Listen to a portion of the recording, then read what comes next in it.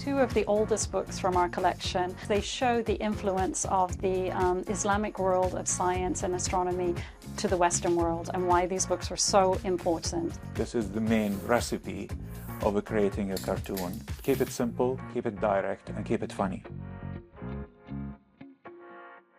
Hello and welcome to Qatar 365 with me, Laila Humaira.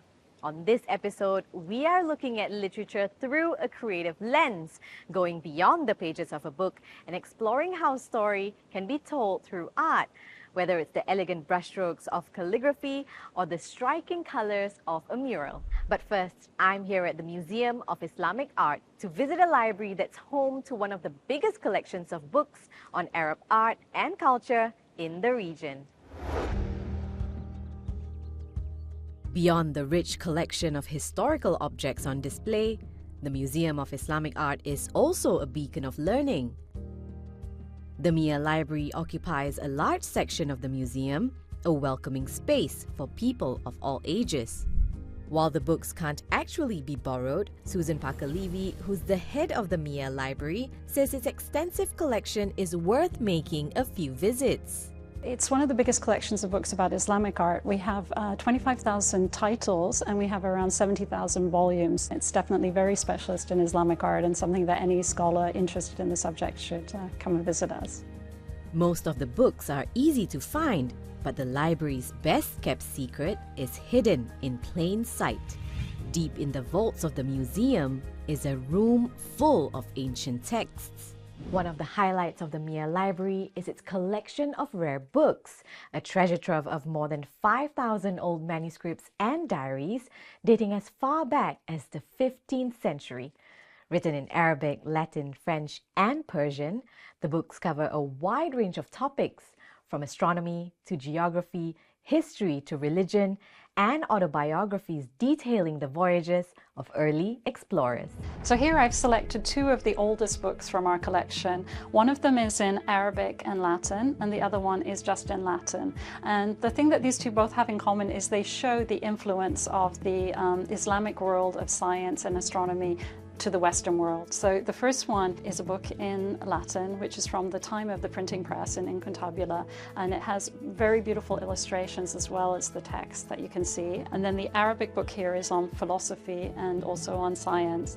Bound together by animal skin, the Lebanese scholar, known in Europe as Abraham Ekalensis, published this book in 1641. Meanwhile, the Introductorium in Astronomium, printed in 1489, played a pivotal role in spreading Islamic astrological knowledge to medieval Europe.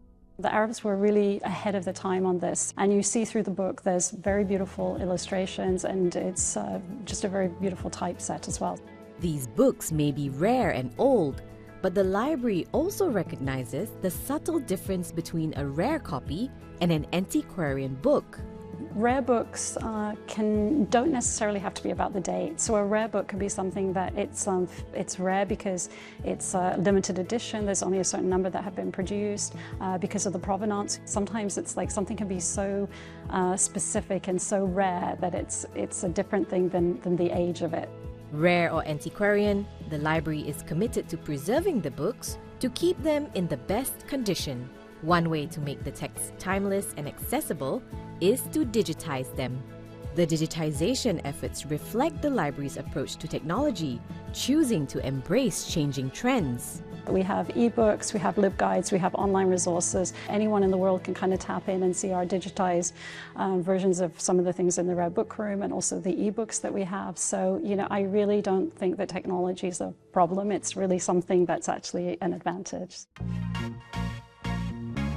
Well, cultural identity and heritage can also be preserved through public art, illustrations, and sculptures, like this mural behind me called Family Reunion, a masterpiece by the award-winning Qatari artist Abdul Aziz Yusuf. After years of working as a cartoonist, Abdul Aziz has taken his talent to the streets, and I got a chance to meet him to find out how he creates modern art based on Qatari traditions.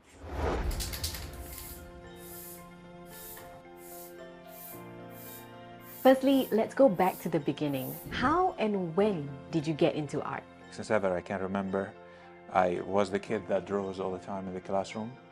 But the actual beginning was in 2007. There was an opportunity in a local newspaper for artists to publish daily cartoons.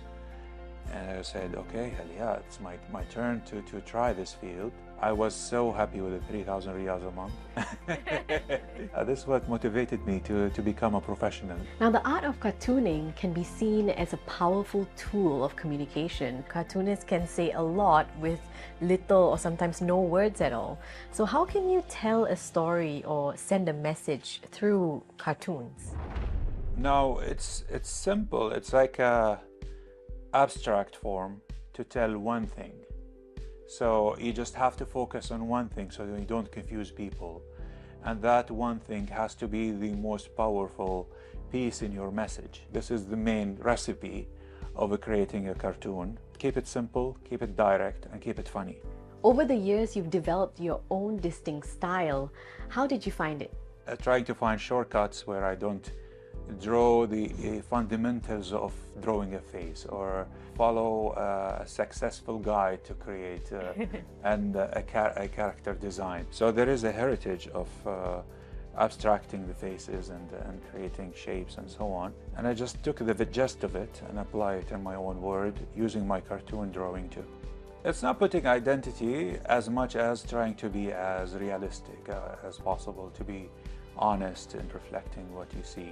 And you're also very involved in nurturing or shaping the future generation of Qatari artists. How do you inject a sense of creativity and wonder when you're guiding them? I think giving back to the community is a tool to fuel your ability to sustain a level. So working with the new generation and trying to boost the best that they have and then give them the compliments necessary to start a beautiful journey is very important for me to reflect what I have received from people too. While Abdul Aziz is inspired by people and nature, other artists in Qatar draw inspiration from letters and words. Joanna Hoos met two innovators in the field of calligraphy whose fresh take on the millennia-old art of writing inspires younger generations and makes the traditional craft fit for the 21st century. Sabah Arbili creates traditional calligraphy, but with a modern twist. Whether it's steel sculptures or abstract canvases, the Iraqi-born artist has a unique style that blends the old with the new. As a classic calligrapher, in the beginning, it is just like singing. You imitating sounds, okay? You try to learn the style. And when I did all this, I realized, no, I have to take it further to create my own take into the art of calligraphy, adding the twist of modern into the Arabic calligraphy. That was my aim. Based in the UK, but spending much of his time in Qatar, Sabah has left his mark on Doha's skyline. The 7.5-meter tall sculpture is a contemporary interpretation of the words of an old poem by Qatar's founding father, Sheikh Jassim bin Mohammed Al Thani, which Sabah specifically designed for the country's National Day. Towering over the Corniche, it's become an iconic landmark that merges abstraction with traditional penmanship. We were overwhelmed basically by the amount of people coming by the sculpture, looking at it without understanding anything about it, and they couldn't even read it. But they were managing to get their phone out and take a photo with it as they're celebrating, the art of calligraphy / modern with me and with everybody else. I was super excited about it. Beyond just a job, Sabah sees calligraphy as a passion.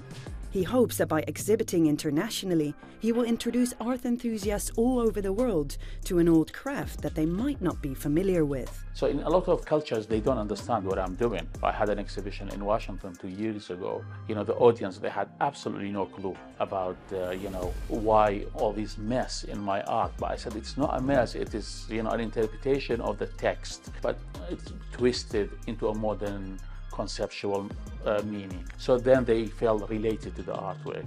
Abdul Karim is another Doha-based creative who captivates audiences by adding a modern touch to the ancient art of writing. His distinctive style, known as calligraffiti, put him in the international spotlight. In 2022, his work caught the eye of Football Federation FIFA, who appointed him as one of the official street artists for the World Cup in Qatar. Since then, public art has played a big role in his success. Whenever we go to the public, it's kind of you are bringing the art to people, not the people come to the art. So for me, like, it's my responsibility, make a bridge in between.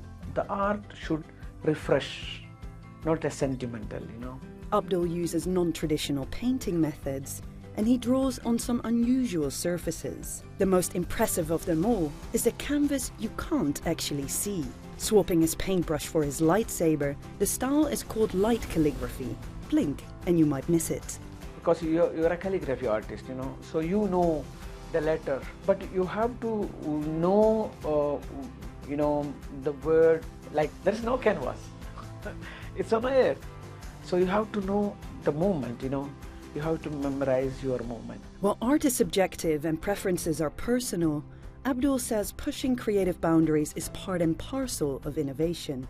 They are criticizing the modern art, contemporary art, because the traditional calligraphy, it's very rule-bound, traditional art. We have to respect that because we all learned traditional art. Then we move to the contemporary because we have to blend it. So in terms of the criticism, if you are not ready to face the criticism, the art will not grow. It's clear that even as Qatar thrives in the modern world and encourages creative minds to bring life to its public spaces, the country is also committed to preserving and showcasing its story of origin. We hope you've enjoyed this episode, but that's all the time we have for now. For more, check out euronews.com and connect with us through our hashtag. Thanks for watching, and we'll see you next time on Qatar 365.